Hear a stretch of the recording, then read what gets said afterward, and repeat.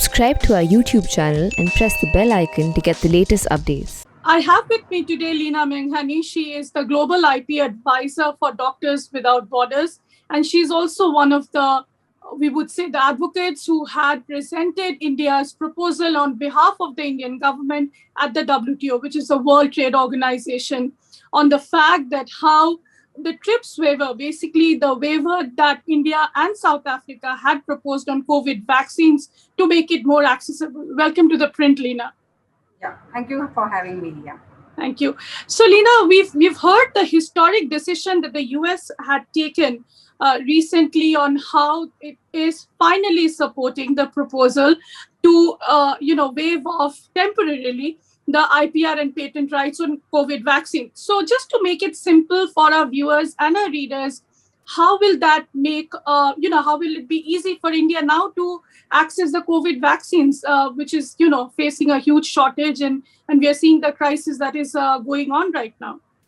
So India is obviously in very distressing times. We're seeing more and more deaths, and there's a dire need to increase access to medicines and vaccines for COVID-19. And India's proposal does just that: is expand the manufacturing base for COVID-19 medical products. So the more manufacturers you have, the better it is for the developing world, because at this point of time we are facing shortages of medicines and vaccines for COVID-19. Mm-hmm. So the common thing that comes in anybody's mind right now, the question that comes up is, will it make the vaccines cheaper? Because that's another aspect of it. Which is why, the moment we hear about IP and patents, the first thing that comes into your mind, oh, this is going to be hugely expensive product. Yes, so I think people have sort of forgotten India's and other developing countries' histories. There was a time when the hepatitis B vaccine was $23 from GSK, and India was asking for the technology, and then Shanta Biotech went and made it. And today it's a few cents, and that's where we see COVID-19 medicines and vaccines going. Is that competition will also alleviate the suffering that patients' families go through in paying for these very expensive products, and our healthcare systems who are paying astronomical prices. For example, South Africa will pay nearly $10 per dose for the J&J single dose vaccine. We could reduce these prices with more manufacturers. Mm-hmm. So India is now expecting a lot of vaccines to come in, right? When we speak with government officials, pharma experts, is that we are now, that's what we get to hear, is that we are going to have Pfizer coming in, Moderna, J&J, then Sputnik is already here. Our own manufacturers will now ramp up their own. So all in all, will this waiver, and if that really goes through, will this make it cheaper? Can we get these vaccines for, let's say, about 150, 200, or what is, an expert like you can only explain. Well, today, while in this crisis, we are seeking the vaccines from J&J, Pfizer, and Moderna. What happens is the power to price these vaccines is with pharmaceutical corporations. Now, if you had manufacturers from India making the same products in competition with these companies, then you would see a tremendous price lowering effect. We've seen this with HIV medicines. So indeed, in a crisis, we are resorting to importing these very expensive vaccines, but we've got to think a way out of expanding the manufacturing base and finding a way to make it more affordable for our healthcare systems, because we're going into an era where perhaps we'll all be vaccinated for COVID-19 on an annual basis. So competition works. And number two is this, that a lot of developing countries are looking to make vaccines regionally, if not domestically. And therefore, the waiver actually not only supports India, but a large number of other countries who may have ambitions to start looking at their own capacities to make vaccines and drugs. Mm-hmm. Leena, to come to the fact that now to the technicalities of it, right? The US has just stated that they support the move. However, you also have resistance from the European Union, Japan, Canada, Australia. Let's say they also sort of support it now that US has done it, which is known as for this big pharma lobby, so to say. And if they can do it, others can.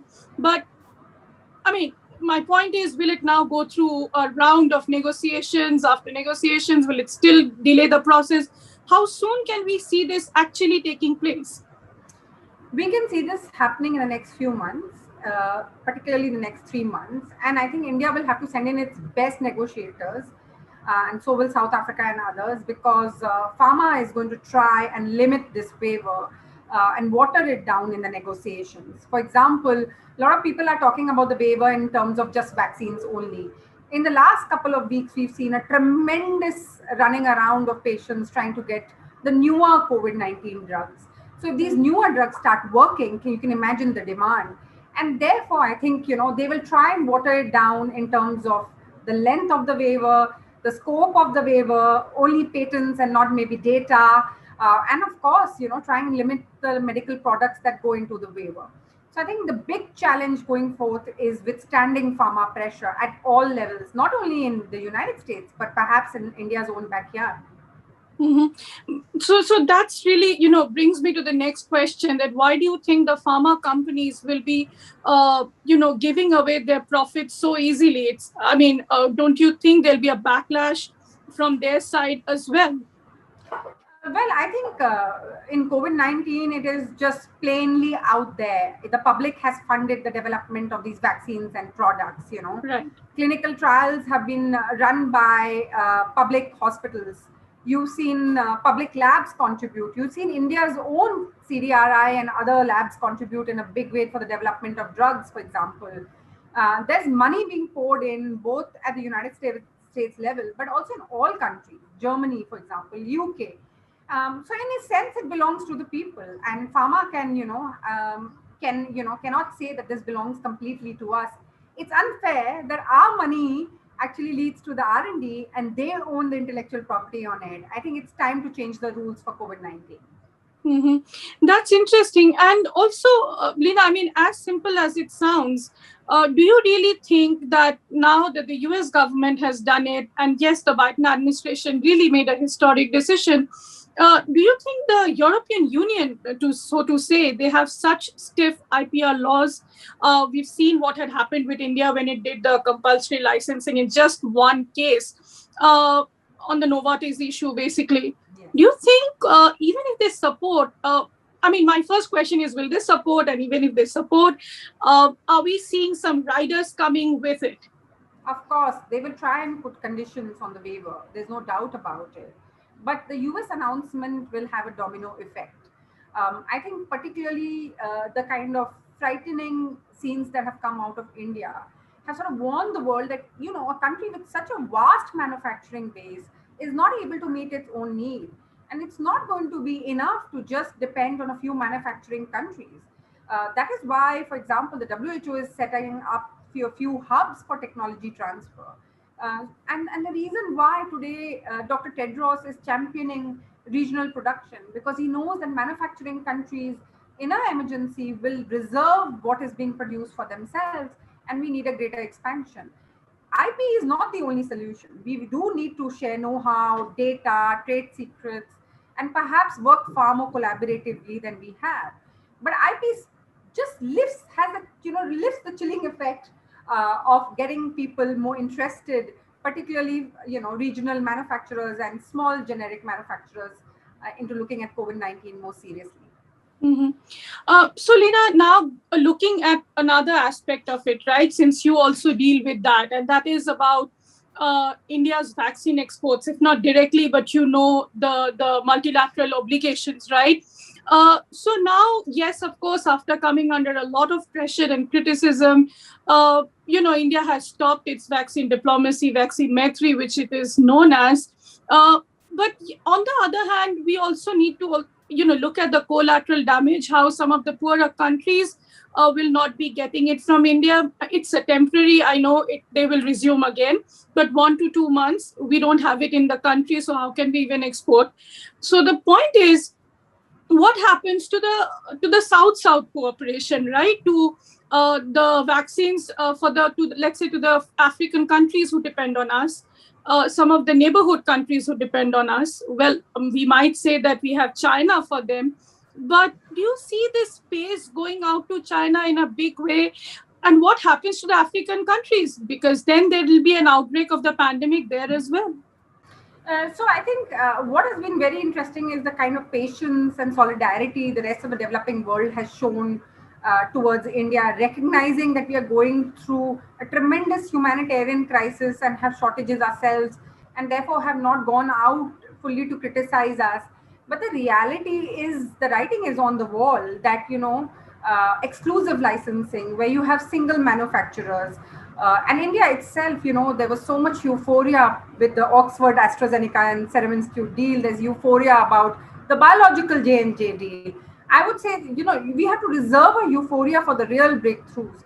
We can't manage with one manufacturer. We need more manufacturers. And for that means we'll have to get companies to share their technology and know-how and work together. But also the IP. The IP has to be addressed. I was doing a patent search a couple of days ago, and we found patents by the Oxford University in India on AstraZeneca vaccine. And I think those kind of barriers can be easily, we can look at the pandemic and what we really need to do rather than wasting our time on IP barriers. So let me ask you this: do you think after this, the pressure will be on India as well, right? Let's say for companies like Bharat Biotech to also do away with their own IPR and other things. So don't you think India should lead by their own example? I'm not talking about South Africa; that's their own decision. But if you are pushing for it, then you need to also let others produce, variants of Covaxin. Indeed, I was amazed at a small little summary of Sputnik 5 manufacturing in the country on the Atlantic yesterday, which was written by Chelsea Clinton and Achal Prabhala. And they described how a biological producer, along with others, was collaborating on producing Sputnik 5. And the technology came from RDIF, the Russian institutes.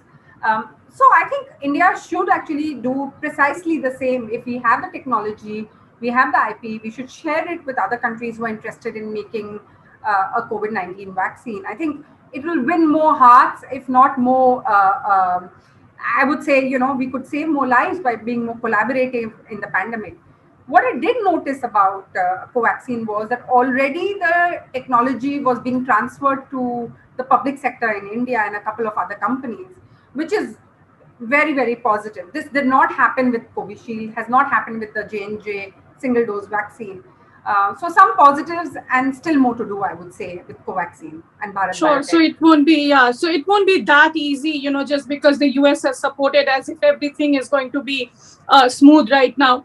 I get your point. And Lena, if I can ask you lastly to elaborate a bit on how the struggle has been for you and other organizations like, like the Doctors Without Borders in having this process go through. I mean, I know this proposal was first floated on 2nd of October 2020. Since then till now, how have been the negotiations? There have been formal, informal rounds of discussions.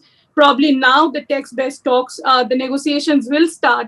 But how has the struggle been, and going forward, do you think it is going to be more tedious? You told me that it will be 2 months, but how will it be and how it has been, if you can share that?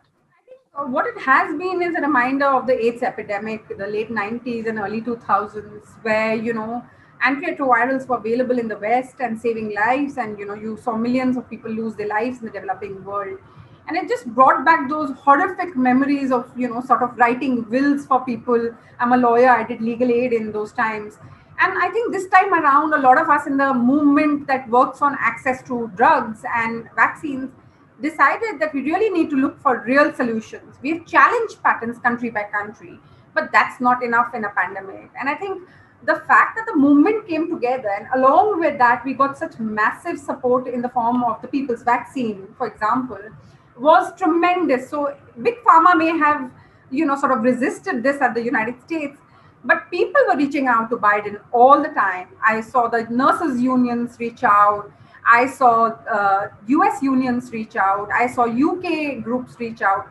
Everyone reached out to Biden to change the way the US stood on this issue. It has been tremendous leadership from South Africa, India, and the United States.